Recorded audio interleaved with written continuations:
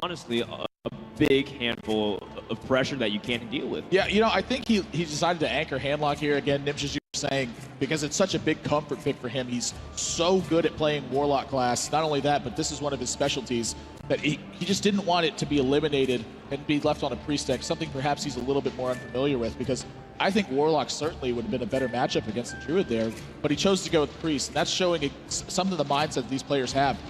More comfortable picks for them mean a lot more. When they're in those options, they've seen these scenarios before, they've done it thousands of times. That's the place you want to be at. You don't want to be going in with unfamiliar matchups, especially not in something as important as this match right here. Oh yeah, the comfort zone is really important, and you want to go with your preference. And you know, losing handlock randomly to a Druid deck is something that you definitely don't want to see. Right now, he's down to his handlock, and he knows that this is his last deck, his last chance of becoming the world champion. Oh man. It's his last life, not his last chance for sure. He's still got 3 games that he has to do it. The firebat is up 2-0. Will he go for the sweep? Will we crown our first HearthStone World Champion right after this game? Let's find out as we go into Handlock versus Druid. Horde versus Alliance. That's cool, Dan versus Valkyrian. That is right. That is right, Nimsh. And we'll find out who, once again, will get the better of each other. Now, this Druid deck still has an opportunity, a small window, if you will, to kill off that handlock if they get the Savage Roar combo and there's no taunts. But ever since Nax Rammus came out, it feels like handlock is improving consistently a lot with cards such as Sludge Belcher. Oh my god, Firebat has the Wild Growth. This is one of the most important cards because if you start playing cards earlier against the handlock, you won't be able to respond. You play something they want to Siphon Soul, but they find themselves that it's a turn 4, they can't afford it. They don't have enough mana. Keeper of the Grove. That's also another really important card in this matchup is Keeper of the Grove. This Twilight Drake, it gets all of its health from a buff that it gives to itself. So if you silence that off, that's a 1-health Keeper of the Grove you're looking at. I'm sorry, the 1-health Twilight Drake you're looking at. And then you couple that with something like Wild Growth, that's going to allow him oftentimes to be able to just hero power it down instead of having to worry about trading off his Keeper of the Grove for it. But still, right now, Steeler has a decent hand with Mountain Giant and a Molten and Farseer as well. He will be able to develop his board. It's Twilight Drake. Do you think Twilight Drake is a big card right now? Twilight Drake is still a decent value card. Even if he silences, like you mentioned, he has to deal with the 4-attack minion. But when you have something to play preemptively, then it becomes a lot better. You're trading against a really high health minion. That said, what do you feel like is the better course of action? He does have the Mountain Giant coming up in the next couple turns as well. Do you like playing the Giant? Do you like playing the Drakes? Yeah, this is going to be a really couple key turns, I think, for Tiddler here because he has seen Big Game Hunter from this deck already. So something that's coming into his mind is, does he want to play this Mountain Giant and risk getting Big Game Hunter, or does he want to start going for the Twilight Drake straight away? He also has 2 Twilight Drakes, which means you can coin out one and then play it the next turn. But we do know that there's a perfect response twice in a row from Firebat. Right, that second Twilight Drake may actually end up costing him a lot in this. Sort of a reversal of fortune here. He's got 2 Keepers that grow, so both of them going to get taken out straight away. Sorry about that. Oh, I cry every time. Good old American manners. I got this. By being Tiddler here, you don't expect the second Keeper of the Grove, so you do follow up with the Twilight Drake. That was your original plan. For sure you are disappointed that it was a Keeper. Oh man, I have more bad news for Tiddler. There's more where that came from. Oh my gosh. And Firebat has lined up the silences perfectly. And he can use his hero power and not even trade away his minion.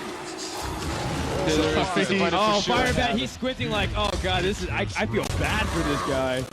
Well, he'll feel really bad if he picks with the Big Game Hunter to follow up on this Mountain Giant too. Yeah. I know that would feel Tiddler's seat. Not a good one. Sludge Belcher, though, starting to put together some gas, and there's the Mountain Giant. Is it going to be the Big Game Hunter? I feel like it would have been unfair. It's like, all right, who's giving Firebat these cards? All right, so what do you do now? Well, you know, Karen can come out, but the Ironbeak Owl, of course, is going to be in Firebat's mind, so a couple more decisions. He's got multiple ways to develop the board, and it's just about what he wants to play around at this point. Do you want to kill the Giant? Or do you just want to develop the board? I think you want to kill the Giant, but I'm not sure it's actually your best course of action at this moment, simply because there's so many different ways to approach this game. Like, you may be able to just out-trade your opponent at this stage, so it's all those things, of course, going to be in his mind. You just dismantle double Twilight Drake. If you kill this Giant, then Warlock might not have many more cards For the wild. Right. to pressure you. So Lotheb, it's kind of presenting a fork in the road here for Tiddler now. Is Tiddler thinking his opponent's going to go for lethal? Like maybe he's got a Savage Roar and a Swipe in his hand, something like that. He's not going to be able to use like Hellfire, Shadow Flame, any of those cards. Yeah, so he feels pressure to counterattack right here. So firebat just getting in a couple points of free damage there. This swipe will be amazing. Oh, he's got a Wrath too. Wow, he can actually Wrath the Mountain Giant.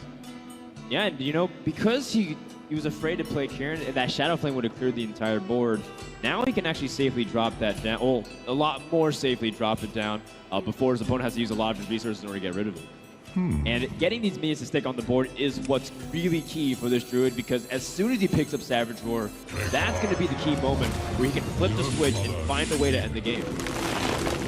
Yeah, so I imagine this means there's going to be no attack here from firebat. Yeah, there is no need to attack. Yeah, he so just develops board. Gosh, is this going to be Ancient Launch or Shadow Flame? That looks like a real good play to me, but needs an Iron King Owl to take out that 4/5. Praxis is can be pretty powerful in this matchup too.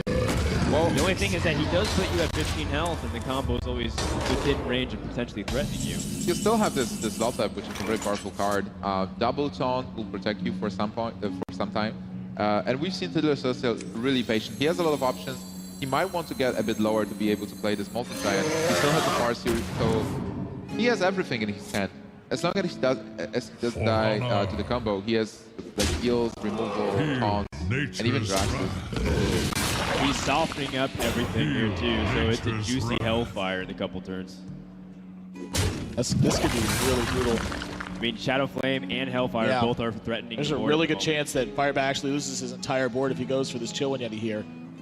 Yeah, I mean, and it's also like something to say, like, how long do you want to hold on to Shade? But at the same time, the AoE from Handlock is so powerful.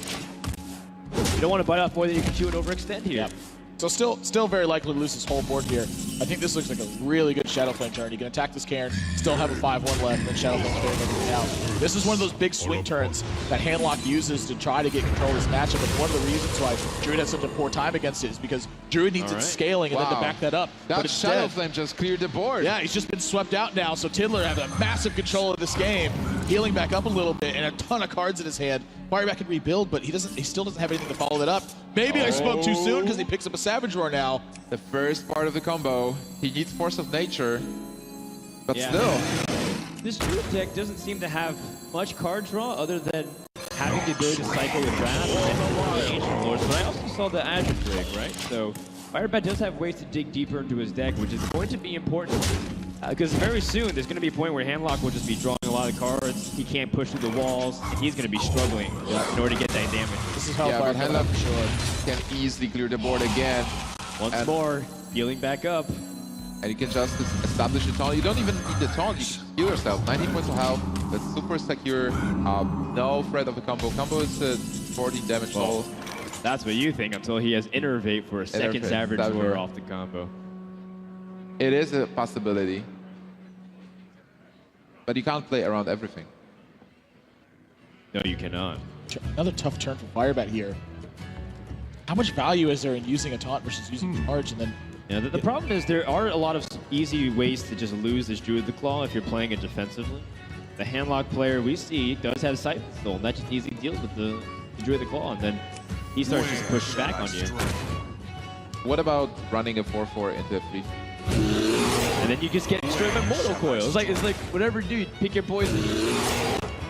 He's gonna go with the taunts here. This is gonna prevent Molten Giant from getting played. Oh, Sylvanas gets picked up. Wow, you can taunting that Sylvanas taunts. Yeah, and both the silences are already gone. From firebat stacks, both Keeper of the Groves have been used. Tiddler Celestial is getting an advantage here. It seems like firebat ran out of steam. Even though he has Savage and a swipe, that's potentially a lot of damage. Tiddler is just building a wall. That's going to be really difficult to chew through. And even if he does go pick up Force of Nature, this is one of those cards ends up getting stolen. Ancient of Lore is excellent, though. We're talking about how this Druid deck doesn't often have many ways to draw, but that is one of the primary ones. Yeah. This board is so much tension is building on this board too. Look at how much power is being built, and I don't think that firebat's willing to attack this turn. Do you even play this Ancient of Lore? Well, the alternative is to set up a removal so that way you can easily transfer over like a weak pair and then just be able to remove it. What about attacking Sylvanas with those 4/6s and then killing Sylvanas with a shapeshift, and after that, when Sylvanas triggers and steals one of the taunts, maybe swipe and then edge the floor next turn?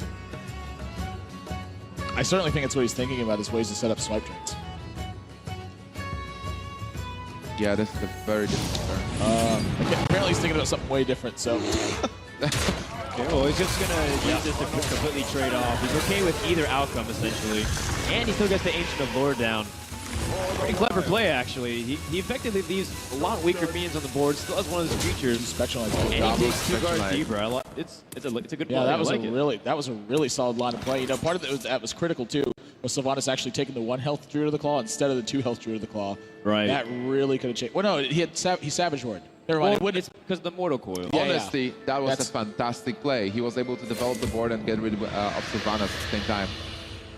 Okay. I think Siphon Soul's the play here. Still no Molten Giant able to be played though. And so I think Tiddler's a little bit reluctant, I think, to play Jiraxxus before he gets this Molten Giant on the board. So I would.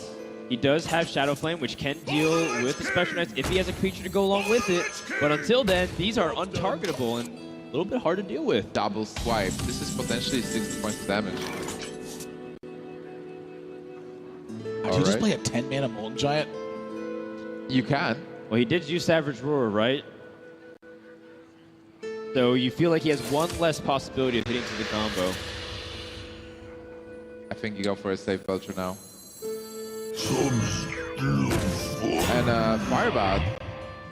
He only has 16 points of health. Of course. But there's a little bit of risk associated with this play, but I think it's fine. Your opponent's only got 2 cards in their hands, so the likelihood of Black Knight wasn't very much, but firebat picks it up.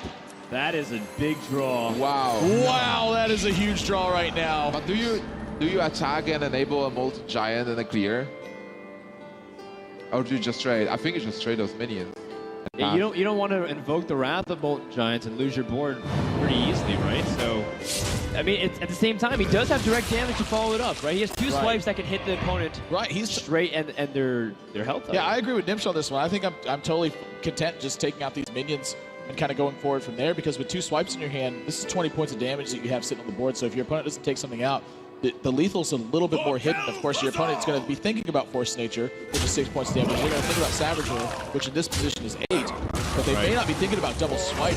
That's one that I think a lot of players often forget about, is that sort of potential. It's also interesting that he can attack with Shapeshift. 70 points of health. It's not good for the Warlock. You won't be able to play Molten Giant at the front of Vargas, who you can see exactly right now.